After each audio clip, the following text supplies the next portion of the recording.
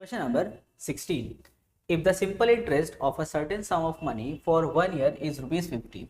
देखो इस क्वेश्चन में हम लोग को सिंपल इंटरेस्ट दे दिया है और फिर बोला है compound interest for 2 years is 102. देखो एक साल का सिंपल इंटरेस्ट है 50 और 2 साल का कंपाउंड इंटरेस्ट है 102. Let us write by calculating the sum of money. Sum of money यानी कि प्रिंसिपल. प्रिंसिपल क्या होगा और रेट ऑफ इंटरेस्ट यानी कि आर क्या होगा, ये हम लोग को बताना है.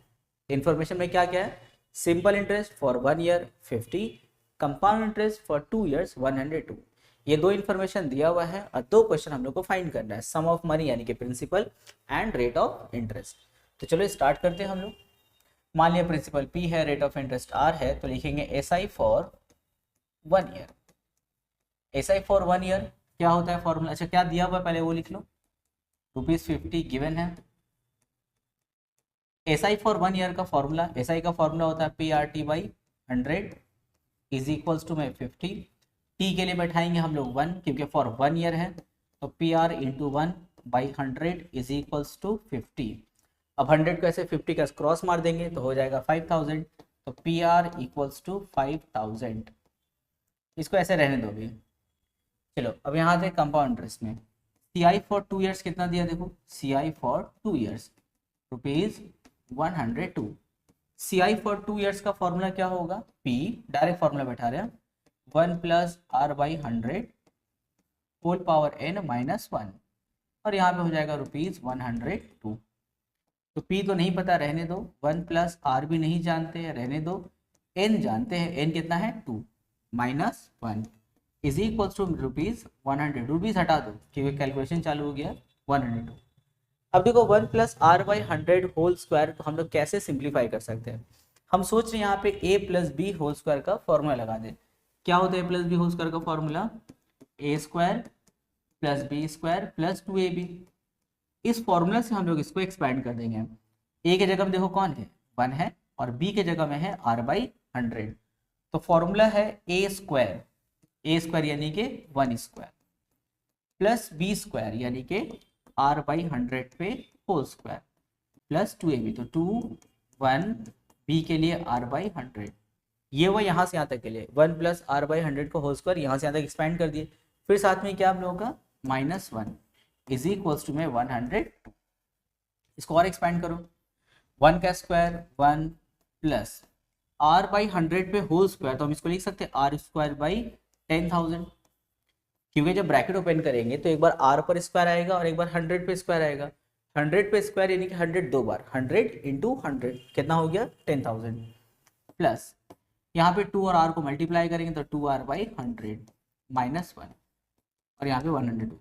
किसी के दिमाग में आता होगा सर क्यों ना हम लोग 2 और 100 को कैंसिल कर दें? हाँ कैंसिल कर सकते हो, पर हम इसलिए रहने दी ना क्योंकि आगे एलसीएम लेने में ईजी होगा हम लोग को. कोई चाहे तो कैंसिल करके भी आगे सिंप्लीफाई कर सकता है, पर हम कैंसिल नहीं करेंगे तो आगे एलसीएम लेने में, सिंप्लीफाई करने में थोड़ा इजी हो जाता है. अब देखो ये +1 -1 कट कर देंगे. अब क्या करेंगे? ये वाला पार्ट मिटा रहे हैं, यहाँ पे कर रहे हैं हम काम. बस याद रखना PR का वैल्यू कितना है? 5000. चलो अब हम सोच रहे हैं कि P से अंदर वाले दोनों टर्म को मल्टीप्लाई करें, पर यहाँ देखो R² है ना, तो हम R² को लिख सकते हैं R × R. हाँ सर बिल्कुल लिख सकते हैं. तो P को R² से मल्टीप्लाई करेंगे तो दिखने में हो जाएगा PR × R बाई में 10,000. समझ में आ रहा हम क्या किए? यहाँ पे R² को R × R कर दिए, तो R × R मतलब क्या हो गया? PR × R by 10,000 plus P से अब हम लोग 2R को करेंगे तो हो जाएगा 2PR बाई में 100 और इक्वल्स टू में 102. अब सोचो हम यहाँ पे R² को R × R क्यों किए, और अगर किए तो फिर PR हम साथ में क्यों लिखे? क्योंकि हम लोग के पास में देखो PR का वैल्यू है कितना है? 5000 × R बाई 10,000. यहाँ पे हो जाएगा 2 × PR के लिए फिर 5000 नीचे में 100 और इक्वल्स टू में 102. अब यहाँ पे 3 0, यहाँ से 3 0 कट, 5 1 जा 5 2 जा कट, यहाँ पे 0 0 0 0 कट. क्या बचा? देखो यहाँ पे बचा हम लोग के पास में R/2. यहाँ पे बचा देखो 2 × 50 यानी कि 100 इज इक्वल्स टू में 102. अब ये 100 वहाँ जाएगा तो -100, तो हो जाएगा R/2 इज इक्वल्स टू 102 - 100. तो r/2 इज इक्वल्स टू कितना हो गया 2, 2 को ऐसे क्रॉस मारेंगे तो 2 2 4, तो r इक्वल्स टू 4%। ये निकल गया हम लोग का रेट ऑफ इंटरेस्ट। क्वेश्चन में हम लोग से प्रिंसिपल भी निकालने बोला, यानी कि सम ऑफ मनी, तो कहाँ से आएगा वो इस इक्वेशन में पुट कर देना। ये स्क्रीनशॉट करो सब लोग। देखो ये जो इक्वेशन था हम लोग कहते हैं पी आर इक्वल्स टू 5000, वहां से आएगा।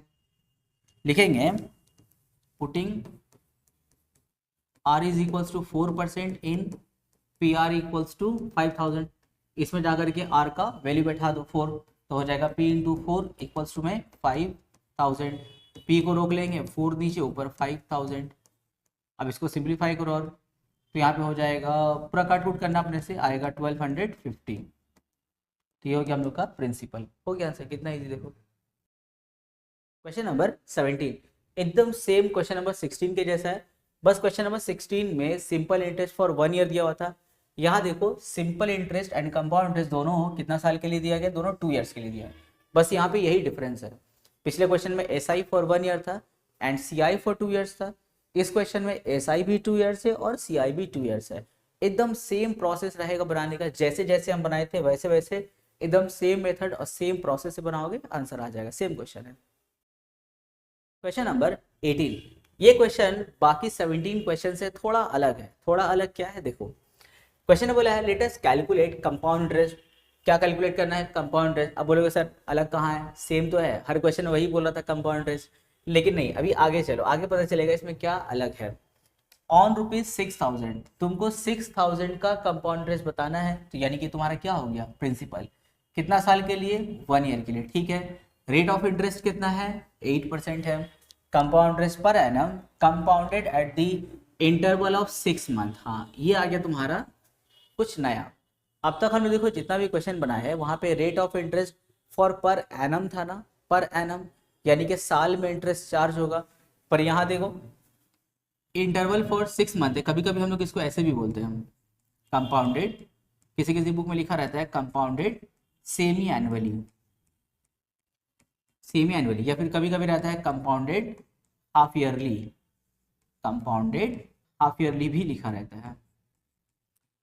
तो 1 साल का हम लोग को कंपाउंड इंटरेस्ट कैलकुलेट करना है, 1 साल का, लेकिन 6 महीने का इंटरवल है। इसका क्या मतलब है, इसका मतलब ये हुआ कि मान लेते हम किसी बैंक में गए लोन लेने के लिए फॉर 1 ईयर, 1 साल के लिए लेने गए, लेकिन बैंक वाला हमको बोलता है कि सर आप पे जो इंटरेस्ट चार्ज होगा वो हर 6 महीने के इंटरवल में होगा। हम तो सुन के गए थे सर पर एनम, यानी कि साल के एंड में इंटरेस्ट चार्ज होगा, पर ये बोलता है नहीं नहीं नहीं सर, हर 6 महीने में आपका इंटरेस्ट चार्ज होगा, यानी कि साल में कितना बार इंटरेस्ट चार्ज होगा, 2 बार। हाँ अगर ऐसा होता है जैसे मान लेते तुम 2 साल के लिए लोन लेते और कंपाउंडेड वही 6 मंथ करके अगर दिया हुआ है, तो अगर 6 मंथ के इंटरवल में अगर इंटरेस्ट चार्ज होगा तो 2 साल में कितना बार चार्ज होगा, 4 बार, क्योंकि 6 महीने का इंटरवल है। अगर कोई 3 साल के लिए अगर मान लेते लोन लेता है और कंपाउंडेड सेमी एनुअली यानी कि फॉर 6 मंथ अगर दिया हुआ है, 6 मंथ का इंटरवल है, तो 3 साल में 6 महीना अगर एक बार होगा, 6 बार होगा, तो वहां पे हम लोग n का वैल्यू क्या लेंगे, 6 लेंगे। ये तो 6 मंथ है ना, कभी कभी क्वेश्चन में क्वार्टरली रहता है, क्वार्टरली मतलब हर 3 महीना में। अब हर 3 महीना में अगर इंटरेस्ट चार्ज होगा तो 1 साल में कितनी बार, 4 बार। तो ये जो क्वेश्चन आएगा इसको ध्यान से देखना, जैसे अभी हम लोग देख रहे थे ना पर एनम लिखा रहेगा, पर वहां पे लिखा रहेगा compounded semi annually half yearly 6 month, तो उसका बनाने का तरीका थोड़ा सा अलग होता है, थोड़ा अलग होगा। ये 6 मंथ दिया, देखो यहाँ पे क्या क्या अलग है। अगर क्वेश्चन में 6 मंथ देखोगे या 3 मंथ देखोगे या क्वार्टरली देखोगे तो उसमें क्या चेंज आएगा, देखो प्रिंसिपल में कोई चेंज नहीं आएगा, प्रिंसिपल कितना है 6000 है।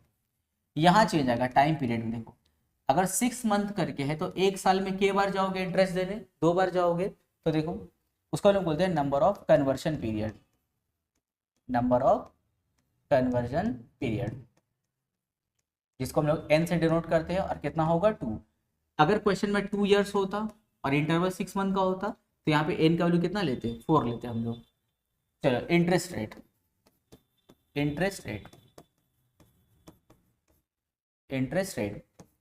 अब देखो यहाँ पे ये जो 8% इंटरेस्ट था वो तो 1 साल का है, पर तुम्हारे ऊपर में इंटरेस्ट चार्ज तो 6 महीना में हो रहा है, तो इंटरेस्ट रेट आधा हो जाएगा, यानी कि 8% की जगह क्या हो जाएगा 4, 8/2 हो जाएगा, यानी कि 4% हो जाएगा। यहाँ चेंज आया। यानी कि हम लोग का दो जगह चेंज आएगा। अगर कभी क्वेश्चन में 6 मंथ या क्वार्टरली लिखा रहेगा तो दो जगह चेंज आता है, एक रेट ऑफ इंटरेस्ट में चेंज आता है और दूसरा नंबर ऑफ कन्वर्शन पीरियड में चेंज आएगा बस, और कहीं कोई चेंज नहीं आएगा। बाकी अब बनाने का तरीका एकदम सेम, जैसे हम लोग फॉर्मूला लिखते हैं अमाउंट का, कंपाउंड का फॉर्मूला एकदम सेम रहेगा। वैल्यूज बस ये दोनों बैठाना, एन का वैल्यू 2 और आर का वैल्यू 4 बैठाना। तो चलो फॉर्मूला लिखते हैं, क्या निकालना है, कंपाउंड इंटरेस्ट, तो डायरेक्ट लिख सकते हो। कंपाउंड इंटरेस्ट का formula P into 1 plus R by 100 whole power n minus 1। तो पी के लिए क्या बैठाओगे 6000, 1 प्लस आर के लिए क्या बैठाओगे 4 बाई 100 होल पावर एन के लिए 2 माइनस 1। तो हो जाएगा यहाँ पे 6000, यहाँ पे कट कर दो, 4 1 ज़ा 4, 25 ज़ा, तो हो जाएगा 1 plus 1 by 25 whole square minus 1। अब यहाँ पे अंदर में हम लोग एलसीएम लेंगे तो हो जाएगा 6000, अंदर एलसीएम का काम कंप्लीट करेंगे तो आ जाएगा 26 बाई 25 होल स्क्वायर माइनस 1। तो यहाँ पे 6000 26 बाई 25 का होल स्क्वायर यानी कि ब्रैकेट ओपन करेंगे तो स्क्वायर पहले 26 पे आएगा तो हो जाएगा 676 और 25 का स्क्वायर 625 माइनस 1। अब समझ में आ रहा है क्या काम करना होगा सर, एलसीएम करना होगा। तो लो ना वीडियो को रोक रोक के ना खुद से भी ट्राई करना, जब नहीं बनेगा तो फिर वीडियो प्ले कर लेना।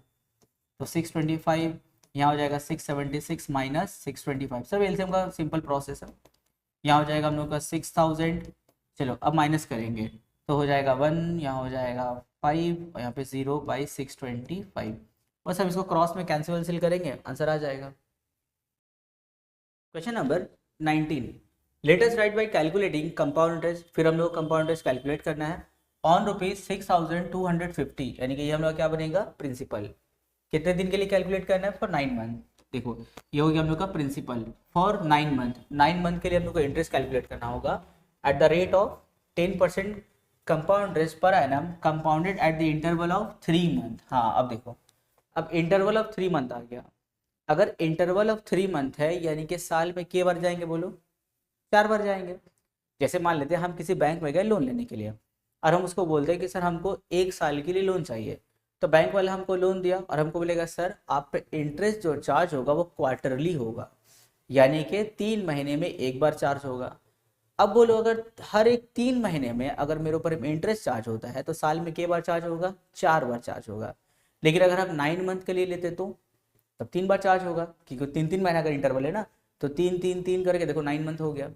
अगर 1 साल के लिए लेते हम तो मेरा नंबर ऑफ कन्वर्शन पीरियड कितना होता 4, लेकिन हम देखो 9 मंथ के लिए लिए हैं तो 3 महीना करके कितना बार जाना होगा इंटरेस्ट देना, 3 बार जाना होगा हमको, ठीक है। तो ये हो गया। इसके अलावा देखो तो नंबर ऑफ कन्वर्शन पीरियड तो समझ में आ गया, क्योंकि हम बताए ना इस तरह का जब क्वेश्चन आएगा तो दो जगह चेंज आता है, एक नंबर ऑफ कन्वर्शन पीरियड में और दूसरा इंटरेस्ट रेट में। तो नंबर ऑफ कन्वर्शन पीरियड तो समझ में आ गया, 3 महीना का इंटरवल है तो 9 मंथ के लिए क्या बार 3 बार, एक चीज़ हो गया। दूसरा आता है इंटरेस्ट रेट पे, 3 मंथ का इंटरवल है मतलब साल में कितने बार 4 बार, तो इंटरेस्ट रेट को हम लोग 4 से डिवाइड करेंगे। जैसे पिछला क्वेश्चन में 6 मंथ का इंटरवल था तो साल में 2 बार, तो इंटरेस्ट रेट को 2 से डिवाइड किए थे। इस बार देखो हम लोग का 3 मंथ का इंटरवल है तो साल में 4 बार, तो इंटरेस्ट रेट को 4 से डिवाइड करेंगे हम। तो प्रिंसिपल में कोई चेंज नहीं आएगा, प्रिंसिपल वही रहेगा 6250। तुम्हारा नंबर ऑफ कन्वर्शन पीरियड जो है, नंबर ऑफ कन्वर्जन पीरियड यानी कि जो n है, n number of conversion period, वो कितना हो जाएगा 3 हो जाएगा। क्यों, क्योंकि 3 महीना का इंटरवल है, 9 मंथ में के बार 3 बार जाना होगा, इंटरेस्ट रेट हो जाएगा कंप्लीट। तो देखो नंबर ऑफ कन्वर्जन पीरियड कितना हो गया 3। अब आते हैं इंटरेस्ट रेट। तो इंटरेस्ट रेट यानी कि जो r होगा वो 10 बाई कितना हो जाएगा 4 हो जाएगा। क्यों 10 बाई 4, क्योंकि 3 मंथ का इंटरवल है तो साल में 4 बार, तो 10 बाई 4%। कैंसिल करो, 2 5 ज़ा 2 2 ज़ा, तो हो जाएगा 5 बाई 2%। बस अब बाकी जैसे जो काम करते हैं फॉर्मूला वैल्यू सब सेम रहेगा। तो देखो सी आई का फॉर्मूला क्या होगा, P into 1 plus R by 100 whole power n minus 1। तो P के लिए बैठाएंगे 6250, 1 प्लस आर के लिए क्या बैठाना होगा 5 बाई 2, 5 बाई 2 नीचे पहले से क्या है 100 होल पावर n, n के लिए 3 माइनस 1। तो यहाँ हो जाएगा 6250। अब यहाँ पे पहले कैंसिल कर लो, उसके बाद हम लोग एलसीएम करेंगे। 5 1 ज़ा 5, 20 ज़ा, तो हो जाएगा 1 प्लस 1 बाई 22 ज़ा 40 होल पावर 3 माइनस 1, 6250। अब यहाँ एलसीएम लेंगे तो हो जाएगा 40 ऊपर में 41 होल पावर क्यूब माइनस 1। अब देखो 41/40 पे क्यूब, तो 41 का क्यूब यानी कि 41 इंटू 41 इंटू 41 कितना होगा? आगे हम लोग का 68921 और 40 का क्यूब यानी कि 40 इंटू 40 इंटू 40 क्या होगा? 64 और 000 माइनस 1, तो 6250। एलसीएम लेंगे तो 64000, यहाँ पे हो जाएगा 68921 माइनस यहाँ पे 64000। अब इसको माइनस किया जाए तो 6250, इसको माइनस करेंगे तो हो जाएगा 1, यहाँ हो जाएगा 2, यहाँ हो जाएगा 9 और यहाँ हो जाएगा हम लोगों का 4 और नीचे में 64000। अब इसको हम लोग क्रॉस में करेंगे, ऊपर नीचे कैंसिल करेंगे, आंसर आ जाएगा। खुद से करो, हो जाएगा। Question number 20, let us write by calculating at what rate of interest per annum will rupees 6000। अच्छा 6 नहीं 60,000 होगा, तुम लोग के बुक में भी मिस प्रिंटिंग है, ठीक कर लेना उसको। 60,000 amount to rupees 69,984 in 2 years. बहुत ही ईजी क्वेश्चन है।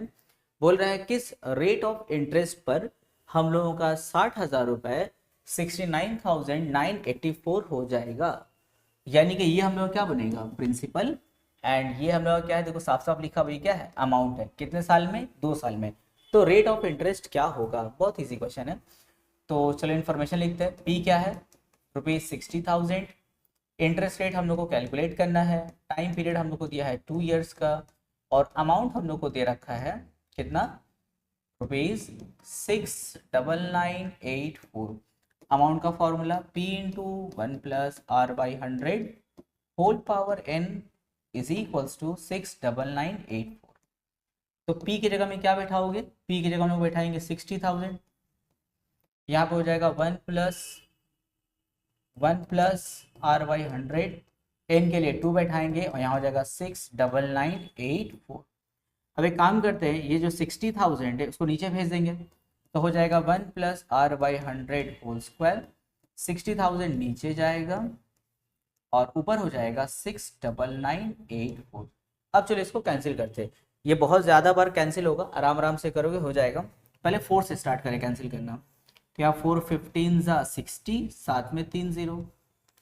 यहाँ पे 4 1 ज़ा 4, यहाँ पे 2 कैरी करेंगे, 4 7 ज़ा 28, यहाँ पे 1 कैरी करेंगे तो 19 हो जाएगा, 4 4 ज़ा 16, 3 कैरी करेंगे 38 हो जाएगा, 4 9 ज़ा 36 एंड 4 6 ज़ा। फिर 4 से कैंसिल करेंगे हम लोग इसको, तो हो जाएगा 4 3 ज़ा 12, 3 कैरी करेंगे तो 30, 4 7 ज़ा 28, 2 कैरी करेंगे 20, 4 5 ज़ा 0। ये भी फिर 4 से जाएगा, 4 4 ज़ा 16, 1 कैरी करेंगे यहाँ पे तो 14 हो जाएगा, 4 3 ज़ा 12, 2 कैरी हुआ, 4 7 ज़ा 28, 1 कैरी होगा, 4 4 ज़ा 16। इसको फिर 2 से कैंसिल करेंगे, क्योंकि अब 4 से कैंसिल नहीं होगा तो 2 से कैंसिल करो, तो हो जाएगा 2 2 ज़ा 4, 2 1 ज़ा 2, 1 कैरी करेंगे 17, तो 2 8 ज़ा 16 एंड 2 7 ज़ा। यहाँ पे हो जाएगा 2 1 ज़ा 2, 1 कैरी करेंगे 2 8 ज़ा 16, 1 कैरी करेंगे 2 7 ज़ा 14, 1 कैरी करेंगे 2 5 ज़ा 10। अब ये 2 से भी नहीं होगा, अब ये 3 से कैंसिल होगा, तो यहाँ हो जाएगा 3 7 ज़ा 21, 3 2 ज़ा 3 9 ज़ा, यहाँ 3 6 ज़ा 3 2 ज़ा 3 5 ज़ा। तो देखो फाइनली क्या बचा हम लोग के पास? 729/625। तो यहाँ पे लिखेंगे 1 plus R by 100 whole power 2 is equals to 729/625। अब जरा हमको बताओ 79 किसका स्क्वायर होता है? सर आप स्क्वायर क्यों सोच रहे हैं? क्योंकि यहाँ देखो 1 प्लस R बाई 100 पे होल पावर 2 है, तो हो सकता है कि 729 भी किसी का पावर 2 होता हो एंड 625 भी किसी का पावर 2 होता हो। तो याद है, हाँ सर 729 27 का स्क्वायर होता है और 625 हम लोग का 25 का स्क्वायर होता है। अब देखो मेरे दिमाग में क्यों आया कि ये किसी का स्क्वायर ही होना चाहिए, क्योंकि यहाँ पे पावर 2 था। अगर कोई क्वेश्चन में यहाँ पे होल पावर 3 रहेगा तो ये नंबर किसी का क्यूब होना चाहिए था। ठीक है, अब सर क्या फायदा हुआ इसके स्क्वायर लिख करके? फायदा ये हुआ कि होल पावर देखो 2 और यहाँ से होल पावर 2 हम लोग कैंसिल कर सकते हैं। अब ये +1 को वहाँ भेज दो, तो R by 100 is equals to 27/25 minus 1। LCM लेंगे तो हो जाएगा 27 माइनस 25, माइनस करेंगे तो हो जाएगा 2/25, यहाँ पे r/100। अब इक्वल टू में नीचे से कैंसिल होगा तो 25 1 जा 25 4 जा। अब क्रॉस मल्टीप्लाई करो तो r 1 जा r एंड 4 2 जा 8, तो देखो 8%। कितना इजी था क्वेश्चन, मजा आ गया। क्वेश्चन नंबर 21 उसी के जैसा मिलता जुलता क्वेश्चन है। यहाँ पर बोला है let us calculate in how many years, यानी कि इस बार हम लोगों को n कैलकुलेट करना है। विल ₹40,000 यानी कि principal, amount to rupees this यानी कि ये क्या है, अमाउंट है। और यहाँ देखो रेट ऑफ इंटरेस्ट दे दिया है। पिछले क्वेश्चन में हम लोग को रेट ऑफ इंटरेस्ट कैलकुलेट करना था और n दे दिया था। इस क्वेश्चन में हम लोग को n कैलकुलेट करना है और r दे दिया, बाकी सीन पूरा वैसा ही है। तो चलो स्टार्ट करते हैं डायरेक्ट फॉर्मूला से। अमाउंट कितना दिया है 46,656। अमाउंट का formula p into 1 plus r/100 whole power n is equals to 46656। p कितना दिया हम लोगों को 40,000, 1 प्लस r कितना है 8/100 होल पावर n और यहाँ पे 46656। सर आप n का वैल्यू क्यों नहीं बैठा दे रहे, n दिया कहाँ है, वही तो कैलकुलेट करना, तो कैसे बैठा दे हम लोग इसको। अभी काम करो 40,000 को नीचे भेज दो और यहाँ पे कैंसिल भी करो, 4 2 जा 4 25 जा, तो यहाँ बचा 1 प्लस 2/25 होल पावर n और 40,000 नीचे गया, ऊपर हो गया 46,656। तो चलो अब फिर पिछला क्वेश्चन की तरह इसको काट कूट स्टार्ट करते हैं। तो 4 से स्टार्ट करें, कैंसिल करना, देखो 4 1 जा, साथ में 4 0, यहाँ पे 4 1 जा 4, ये भी होगा 4 1 जा 4, 2 कैरी करेंगे 4 6 जा 24, यहाँ पे 2 कैरी हो जाएगा तो 25 यानी कि 4 6 जा 24, 4 4 जा 16, 4 से कैंसिल हुआ। इसको फिर हम लोग 4 से कैंसिल कर सकते हैं, 4 2 जा 8, 2 कैरी करेंगे 4 5 जा 20, साथ में 00, यहाँ पे 4 2 जा 8, 3 कैरी करेंगे तो 4 9 जा 36, यहाँ पे 4 1 जा 4, 2 कैरी यहाँ पे हुआ तो 4 6 जा 24। इसको फिर हम लोग 4 से कैंसिल कर सकते हैं, यहाँ हो जाएगा 4 6 जा 24, 1 कैरी करेंगे तो 10, 4 2 जा 8, फिर यहाँ पे 2 कैरी करेंगे 4 5 जा 20, तो यहाँ पे करेंगे 4 7 जा 28, 1 यहाँ पे कैरी हुआ तो 4 2 जा 8, 3 कैरी हुआ तो 4 9 जा 36। तो फाइनली क्या बचा हम लोग के पास, अच्छा यहाँ पे क्या काम होगा, यहाँ एलसीएम होगा, तो 1 प्लस 2/25 का एलसीएम क्या हो जाएगा 27/25 और होल पावर क्या है n, और यहाँ क्या बचा 729/625। अच्छा अभी पिछले क्वेश्चन में हम लोग देखे थे 729 किसका स्क्वायर था 27 का, और 625 किसका स्क्वायर था 25 का। तो हम इसको देखो तो ऐसा लिख सकते हैं 27/25 होल पावर n, और यहाँ पे 27/25 पे क्या होल स्क्वायर लिख सकते हैं। हाँ सर बिल्कुल लिख सकते हैं। अब देखो क्या फायदा हुआ, फायदा ये हुआ कि देखो यहाँ पर बेस है 27/25 और यहाँ पर बेस है 27/25, तो ये बेस कट, तो यहाँ पे क्या बचा n और यहाँ क्या बचा 2, n इज इक्वल्स टू 2, हो गया answer. Question number 22, let us start by calculating at what rate of compound interest. फिर क्या कैलकुलेट करना है, r कैलकुलेट करना है। Per annum the amount on rupees this, यानी कि ये प्रिंसिपल हुआ, number of year is rupees this, यानी कि ये अमाउंट है। तो फिर वही फॉर्मूला लगेगा, अमाउंट देखो कितना दिया है रुपीज 12,100, अमाउंट का formula p into 1 plus r/100 whole power n is equals to 1 to 100। अब यहाँ पे p के लिए क्या बैठाएंगे 10,000, 1 plus r/100 whole power n, यहाँ पे 1 to 100। अब इसको हम लोग फिर क्या करेंगे नीचे भेज देंगे। देखो एक ही जैसा सम चल रहा है, एक बार कमांड कर लोगे ना तो फिर आने वाला सम तुम लोग के लिए बहुत इजी हो जाएगा। बस सिर्फ तुम लोग को उस पीक पॉइंट तक पहुंचना पड़ेगा। अब देखो 0000 कट, तो यहाँ पे हो जाएगा 1 प्लस r/100, यहाँ पे होल पावर n का वैल्यू कितना दिया हुआ 2 ईयर्स ना, तो इनका वैल्यू यहाँ बैठा लो, n का वैल्यू यहाँ पे बैठा देंगे 2, यहाँ भी बैठा सकते हैं हम लोग यहीं पे 2। अब देखो यहाँ पे होल पावर 2 है ना, तो 121 किसी का स्क्वायर होगा, क्योंकि यहाँ पे पावर 2 है तो ये भी किसी का पावर 2 होना चाहिए। तो 121 किसका स्क्वायर है 11 का, और 100 किसका स्क्वायर होता है 10 का, तो हम लिख सकते हैं 11/10 पे होल स्क्वायर। क्या फायदा हुआ, फायदा ये हुआ कि ये होल स्क्वायर कट हो जाएगा, ये +1 वहाँ जाएगा तो -1, तो हो जाएगा r/100 is equals to 11/10 -1 r/100। यहाँ पे फिर अब एलसीएम लेंगे, ये बहुत ईजी अब लगता होगा तुम लोगों को, तो r/100 इज इक्वल्स टू में क्या बचा 1/10, इक्वल्स में नीचे जो कैंसिल होता है 10 वन जा 10 10 जा, क्रॉस करो r वन जा r और 10 वन जा 10%, हो गया। कितना ईजी। बस तुम लोग को एक बार वो पीक पॉइंट पर जाना होगा। जैसे बहुत बच्चे लोग ना ट्राई करता है कि और मन में इरादा करता है कि अब हम बहुत ज़्यादा प्रैक्टिस करेंगे और मैथ अपना बहुत इजी बना लेंगे, बहुत कमांड कर लेंगे, क्लास में सबसे ज़्यादा मार्क्स लाएंगे या अपने एरिया में टॉप करना हमको, या जिस स्टेट में रह रहा है उसका अगर वो सपना देख रहा है तो बहुत अच्छी बात है। लेकिन देखना बच्चे लोग ना बहुत जल्दी ना होपलेस फिर हो जाता है। जैसे मान लेते हैं कि वो 15 दिन 20 दिन खूब ज़्यादा प्रैक्टिस किया, यूट्यूब में देख रहा है, ट्यूशन्स पढ़ रहा है, स्कूल में प्रैक्टिस कर रहा है, खूब 1 महीना लगा रहा। 1 महीने के बाद ना अचानक से वो मैथ बनाना छोड़ देता है, डिमोटिवेट हो जाता है। यार अब तो हमसे हो नहीं पाएगा, यार आज मेरा मार्क्स टेस्ट में कम आ गया, यार मेरा बगल वाला दोस्त का मेरे से ज़्यादा मार्क्स आ गया, क्लास में मेरा आज 3rd हाईएस्ट आया या फिर मेरा लास्ट मार्क्स आया। इतने दिन वो ना डिमोटिवेट हो जाता है। अब सोचो तुम अगर क्लास 10 में हो और अगर अब तक तुम मैथ प्रैक्टिस नहीं किए हो, तो लॉन्ग टाइम से तुम मैथ प्रैक्टिस किए नहीं हो, जंग लग गया है, 1 महीना में तुमको वो जंग भी छुड़ाना है और तुमको टॉप भी करना है, तो कैसे पॉसिबल होगा 1 महीना में। तो इसीलिए टाइम लो और ले करके खूब ज़्यादा दिन तक प्रैक्टिस करो, एक पीक पॉइंट तक तुमको जाना है। अब तुम्हारा पीक पॉइंट किसी का 1 मंथ में आ सकता है, 2 मंथ 3 मंथ 5 करते करते करते, या हो सकता है वो तुम्हारा साल का आखिरी दिन हो जब तुम अपने पीक पॉइंट पर पहुंचो।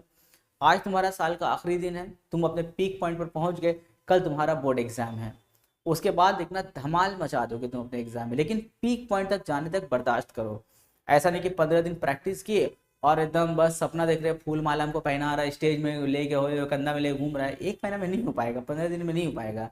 अपने पीक पॉइंट तक पहुंचो। अब वो पीक पॉइंट 2 महीना 3 महीना 4 महीना 5 महीना 6 महीना कुछ भी हो सकता है। तो जब तक अपने पीक तक नहीं पहुंचो, मेहनत करते रहो, लगातार मेहनत करते रहो, तुमको अपने खुद समझ में आ जाएगा कि हाँ अपने पीक पॉइंट पर पहुंच गए। लेकिन उस टाइम तक डटे रहना होगा तुम लोगों को। Question number 23। क्वेश्चन नंबर 23 और 24 एकदम सेम टू सेम क्वेश्चन है, तो हम तुम लोगों के लिए 24 बना दे रहे हैं और इसके साथ हम लोग का ये वाला एक्सरसाइज कंप्लीट हो जाएगा। देखो ये क्वेश्चन तुम लोग का बना हुआ है ऐसा question, late us write by calculating in how many years, यानी कि तुमको फिर n कैलकुलेट करने बोल रहा है। Will rupees 3 lakh amount to rupees 3,99,300, यानी कि ये क्या बना प्रिंसिपल और ये क्या बना अमाउंट। रेट ऑफ इंटरेस्ट कितना है 10% पर एनम। तो चलो काम स्टार्ट करते हैं। अमाउंट कितना दिया है 3,99,300। अमाउंट का formula p into 1 plus r by 100 whole power n is equals to 3,99,300। तो p यानी कि प्रिंसिपल कितना दिया है 3 लाख दिया हम लोगों को, ठीक है। कितना जीरो है 5 जीरो है, ठीक है। 1 प्लस r कितना है 10 by 100 whole power n। Sir n का वैल्यू नहीं बैठाए, अरे कैसे बैठा दे, दिया कहाँ है, वही तो कैलकुलेट करना है। 3,99,300। चलो मैं काम करते इसको क्या करेंगे नीचे फेंकेंगे और यहाँ पर भी 0 0 काटते चलो। तो 1 plus 1 by 10 whole power n 3,99,300। यहाँ पे हो जाएगा 3 और 5 बार 0, 0 0 0 कट करो, फिर 3 के टेबल से कट करो। 3 1 जा 000, यहाँ पे 3 1 जा 3 जा 3 जा 1 जा, और यहाँ पर भी एलसीएम करते चलो। तो एलसीएम लेंगे तो आ जाएगा 11 बाई 10 होल पावर n, और यहाँ पे हो जाएगा 1331 बाई 10 00। वो यहाँ तक। अब देखो यहाँ पर 11 बाई 10 होल पावर n है ना, और हमको पता है कि ये भी किसी का पावर होने वाला है। अब सवाल है सर किसका पावर होगा, तो यहाँ देखो 11 बाई 10 है ना, तो ये 11 बाई 10 का ही पावर होगा। अब 11 बाई 10 का क्या पावर होगा वो तुम लोग खुद से सोचो, लेकिन हाँ एक चीज तो डन है, ये 11 बाई 10 का ही कोई पावर बनेगा। सर आपको कैसे पता फ्यूचर, क्योंकि हम यहाँ देख रहे हैं कि यहाँ 11 बाई 10 पे होल पावर n है, तो ये भी 11 बाई 10 का कोई पावर बनना चाहिए। सर आपको क्या लगता है सर ये 11 बाई 2 का स्क्वायर बनेगा क्या, चलो ट्राई करते हैं।